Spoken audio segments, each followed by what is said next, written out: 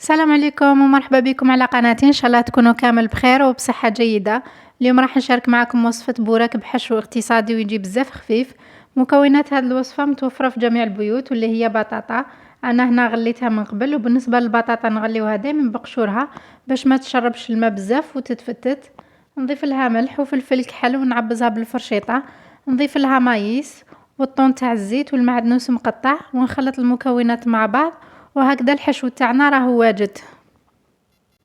ودوك نوجد البوراك نتاعي. انا راح نستعمل هذا الديول، الحجم نتاعو صغير ومخدوم بسميد، صراحة يجي بزاف هايل ويجي مقرمش. هنا ما راحش نستعمل كمية حشو كبيرة لانه راح ندير البوراك على شكل اصابع رقاق. دايما البوراك اللي نستعملو في الحشو نتاعو البطاطا الحجم نتاعو ما لازمش يكون كبير باش ما يجيش ثقيل وما يرفدش الزيت بزاف كي نقليوه. كما تعرفوا البطاطا تشرب بالزيت. انا هنا كملت البوراك نتاعي نديه نقليه. كما كنت قلت لكم هذا الحشو اقتصادي وسهل التحضير، يوجد ليه فيه 3 مكونات اساسيه: بطاطا، طون ومايس.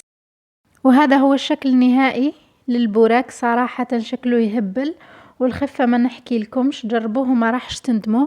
ان شاء الله تكون وصفه اليوم نالت اعجابكم. الى اللقاء في فيديو قادم ان شاء الله، ودمتم سالمين.